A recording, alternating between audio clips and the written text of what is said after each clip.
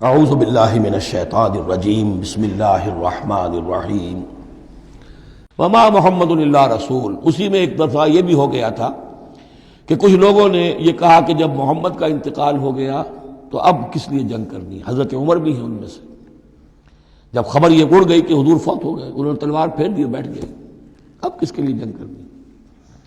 تو اس میں کہا گیا کہ یہ تو تمہارا غلط رویہ ہے، گرفت ہو رہی ہے، ہر ایک کے اوپر گرفت ہوگی، پہلی گرفت محمد پر ہو گئی صلی اللہ علیہ وسلم، لیس لک من الامر شیء۔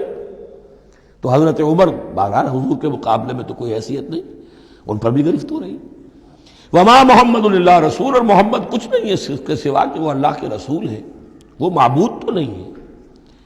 تم ان کے لیے تو جہاد نہیں کر رہے، تم جہاد اللہ کے لیے کر رہے ہو۔ دین کا غلبہ جو ہے وہ اللہ کے دین کا غلبہ ہے۔ محمد کی حیثیت کیا ہے؟ وہ تو اللہ کے رسول ہیں۔ وما محمد الا رسول قد خلت من قبلہ الرسل، اور ان سے پہلے بہت سے رسول گزر چکے۔ افئن مات، تو اگر وہ ان کا انتقال ہو جائے، او قتلا، یا بالفرض وہ قتل ہو جائیں، انقلبتم علی اعقابکم، تو کیا تم اپنی ایڑیوں کے بل لوٹ جاؤ گے؟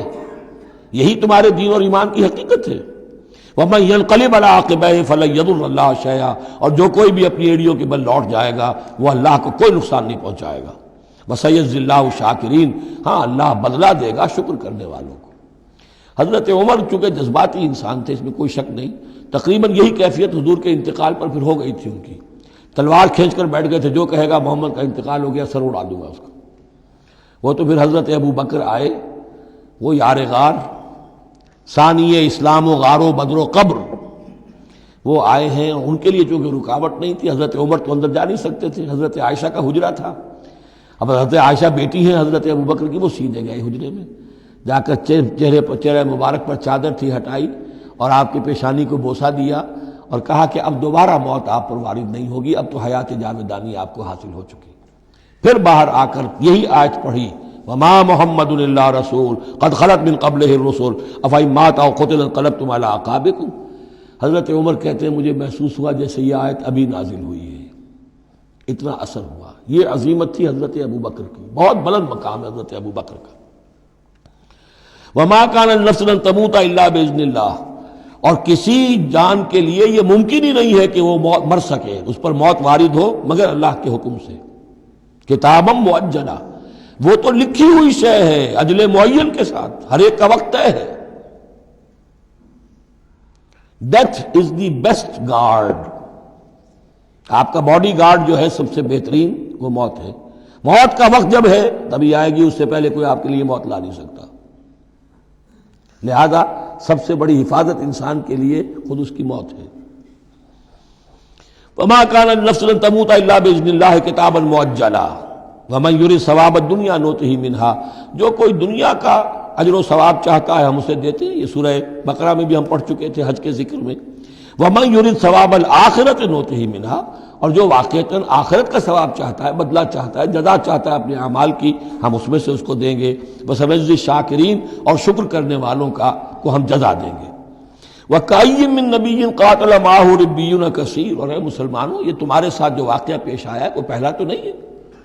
کتنے ہی نبی ایسے گزرے ہیں کہ ان کے ساتھ ہو کر ربیون، یہ ربی ربائی جو ان کا یہودیوں کے ہاں آج بھی لفظ چلتا ہے، ربانیون، ربائز، ربی، جو اللہ والے ہیں، اللہ کے ماننے اور چاہنے والے، اللہ کے متوالے، اللہ کے دیوانے۔ کائین من نبی، کتنے ہی نبی گزرے ہیں، قاتل معاہو، ان کے ساتھ ہو کر جنگ کیا، ربیون نے، کثیر، اللہ والوں نے، اللہ کے غلاموں نے، اللہ کے عاشقوں نے۔ فما وہنوا لما اصابہم فی سبیل اللہ، تو اللہ کی راہ میں جو بھی تکلیفیں ان پر آئیں اس میں انہوں نے جی نہیں ہارا۔ وما ضعفوا، نہ انہوں نے کمزوری دکھائی۔ وما استکانوا، نہ ہمت ہاری۔ واللہ یحب الصابرین، اور اللہ تعالیٰ کو ایسے صابروں ہی سے محبت ہے۔ تو اے مسلمانوں ان کا کردار اپناؤ اور دل گرفتہ نہ ہو۔ وما كان قولهم الا ان قالوا ربنا اغفر لنا ذنوبنا واسرافنا في امرنا، اور ان کا تو ہر مرحلے پر یہی قول ہوتا تھا کہ وہ دعا کرتے تھے اے رب ہمارے بخش دے ہمیں ہمارے گناہ، واسرافنا في امرنا، اور اگر ہم سے اپنے کسی معاملے میں حد سے تجاوز ہو جائے، جیسے کچھ تجاوز ہو گیا حضور سے کہ آپ نے وہ الفاظ فرما دیے کیف یہدی اللہ قوما خضبوا وجہ نبیہم بالدم، یا جیسے حضرت عمر سے ہو گیا کہ تلوار پھینک کر بیٹھ گئے، تو اللہ جو اسراف ہم سے ہو جائے، اسراف ہے کسی حد سے تجاوز کر جانا، جائز حد تک خرچ کرنا ٹھیک ہے، آپ اس میں آگے بڑھ جاتے ہیں وہ اسراف ہے۔ وَإِسْرَافَنَا فِي أَمْرِنَا، بخش دے جو بھی اسراف، جو بھی زیادتی ہم سے ہو گئی۔ وَثَبِّتْ أَقْدَامَنَا، اور ہمارے قدموں کو جما دے۔ وَانصُرْنَا عَلَى الْقَوْمِ الْكَافِرِينَ، اور ہماری مدد فرما کافروں کے مقابلے میں۔ یہی دعا تھی حضرت طالوت کے ساتھیوں کی، یہی دعا تھی جس پر ختم ہوئی وہ دعا کہ جو سورہ بقرہ کے اختتام پر آئی، فَانصُرْنَا عَلَى الْكَافِرِينَ، وہی دعا یہاں بھی ہے۔ فَآتَاهُمُ اللَّهُ ثَوَابَ الدُّنْيَا وَحُسْنَ ثَوَابِ الْآخِرَةِ، تو ان لوگوں کو اللہ تعالیٰ نے عطا فرمایا دنیا کا ثواب بھی، دنیا میں بھی سربلندی دی، فتوحات دی، وحسن ثواب الآخرہ، اور آخرت کے ثواب کا تو بہت ہی عمدہ حصہ ان کے لیے ہے۔ واللہ یحب المحسنین، اور اللہ تعالیٰ جو ہے ایسے محسنین کو پسند کرتا ہے۔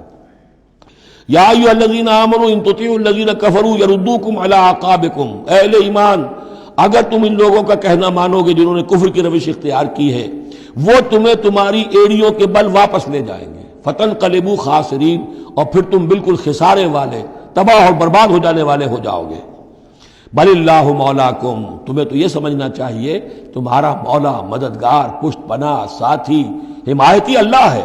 وہو خیر الناصرین، اور وہی ہے کہ جو سب سے بڑھ کر مدد کرنے والا، سب سے اچھا مددگار ہے۔